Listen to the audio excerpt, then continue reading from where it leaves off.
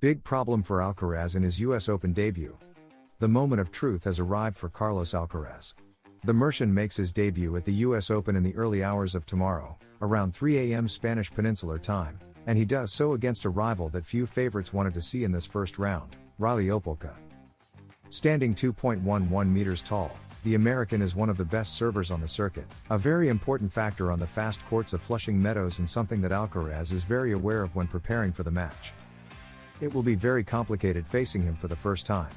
We all know his style of play, so I'll have to be very attentive on the return and try to get as many serves back as possible, he said at Saturday's press conference. The key will be to find rhythm in the match, play the points well from the baseline when he allows me to, and maintain concentration. Confidence is very high right now, I feel good on the court, comfortable with the balls, so it's just about being prepared, added the Mercian, who comes into the event in one of the best moments of his career after the impressive streak of results that has led him to win 5 titles, with only 2 defeats, in the last 5 months. Alcaraz is looking in this edition of the New York tournament to make up for last year, when he fell surprisingly in the second round, in a poor match that closed an otherwise memorable American tour after losing the Olympic final in Paris against Novak Djokovic. This time, everything looks much better for the Spaniard, who also has the incentive of aiming for his big goal in this final stretch of the season, regaining the number 1 spot. He will achieve it in New York if he wins the title or if he equals or surpasses the result obtained by the defending champion, Jannik Sinner, who debuts this Tuesday, 8 p.m., against the Czech Vít Kopriva.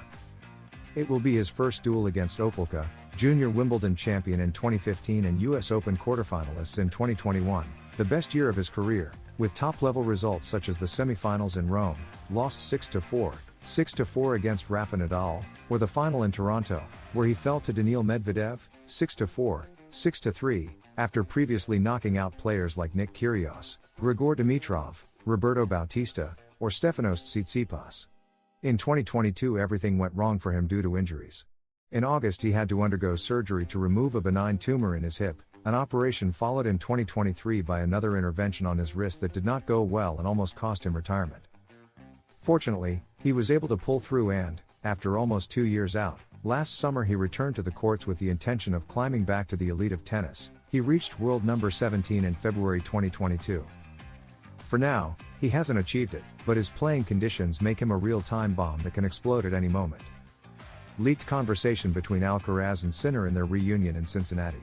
What did they really say to each other after that final that ended in such an unexpected way? The tennis world not only thrills with the shots on court, but also with those human moments that show the respect and friendship between 2 of the best players on the planet. Today we are going to relive what happened in New York, just before the start of the US Open, when Carlos Alcaraz and Jannik Sinner crossed paths again after that final marked by the Italian's illness. What does this gesture mean and how does it influence the tournament that is about to begin? Carlos Alcaraz and Jannik Sinner arrived in New York with an enormous sense of expectation, because they are the 2 names that today define the top of world tennis. Their meeting at the US Open practice sessions was watched by everyone, since only a few days had passed since the Cincinnati final. In that match, Sinner could not continue due to a virus and Alcaraz lifted the trophy, but he did so without the same euphoria as on other occasions, aware that the victory did not have the expected ending. The scene in New York was very different. In the middle of the practice courts, surrounded by coaches, fans, and cameras, the 2 young champions embraced in a hug that conveyed more than any words. It was a gesture of mutual respect, admiration, and that sporting spirit that has characterized their rivalry since they broke into the elite. The rivalry can be fierce on court, but off it there is camaraderie. That rivalry, by the way, has marked the season. Both were finalists at Roland Garros and Wimbledon, turning each duel into a kind of epic chapter in a saga that is just beginning. And now, with the US Open at the door, the tension is greater because this tournament not only defines a title, but can also modify the world ranking. The number 1 and number 2 know that what happens in New York can change their positions. The leaked conversation, according to those who were close, revolved around Sinner's health. Alcaraz, with a smile, asked him how he felt after that episode, and Jannik replied with good humor that he was ready to fight again. It was a brief, simple exchange, but full of symbolism. Tennis sometimes needs these reminders of humanity. And the fans felt it as a relief. Competitively, the pressure is different for both. Alcaraz, who will debut against OPELKA, knows that the American is an uncomfortable opponent because of his devastating serve and aggressive style on fast courts. On the other hand, Sinner will start against Vít Kopriva, a less dangerous player on paper, but one who can take advantage of any lack of focus. This contrast in debuts marks the preview of the tournament and conditions each one's strategy.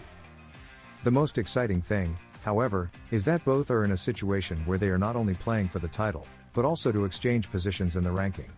The public is already dreaming of a possible final at Flushing Meadows, a sporting rematch that could define who stays with the throne of tennis. And, although the friendship is evident, both know that the court will be a completely different story. The path to that possible clash will not be easy. The US Open is a tournament full of surprises, where physical conditions, pressure, and even the weather play a decisive role. Sinner and Alcaraz know this well, because both have had marathon matches in past editions.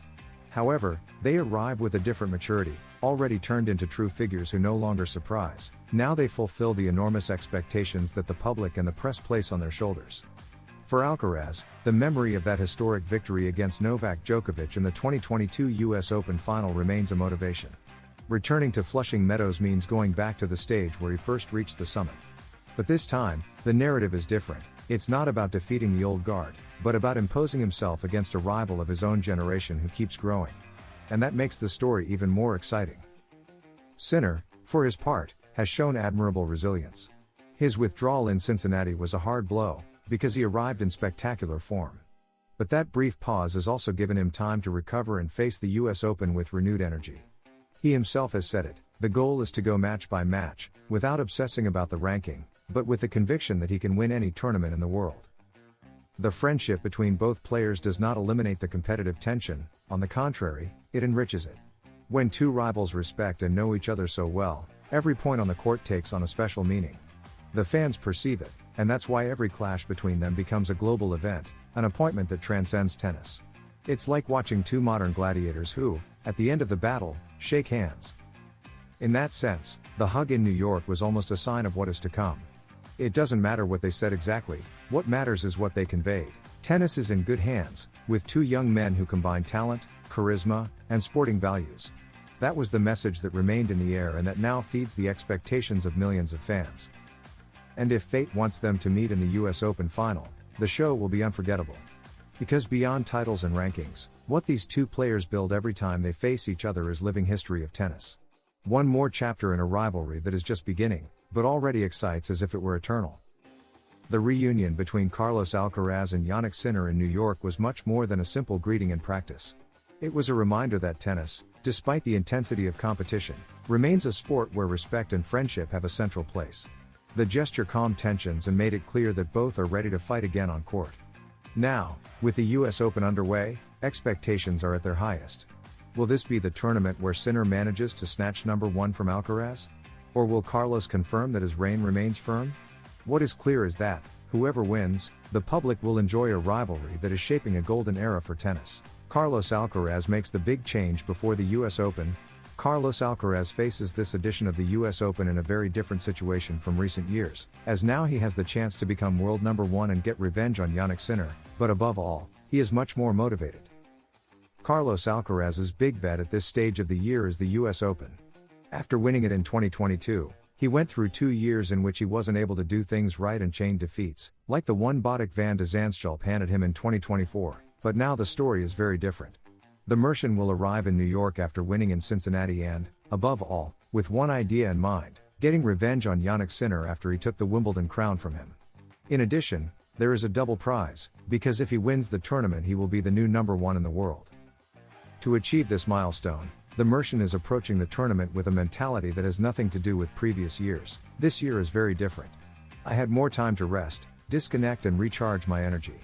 I was able to spend 2 weeks at home training, which gave me an extra boost of happiness and motivation before going to Cincinnati. The big difference is his mindset, as this time he seems much less saturated and with his head fully in tennis, thanks to the breaks he has taken over the past months, which have allowed him to rest and be fresher. I feel much more prepared than last year, when everything was much tighter and without free days between tournaments.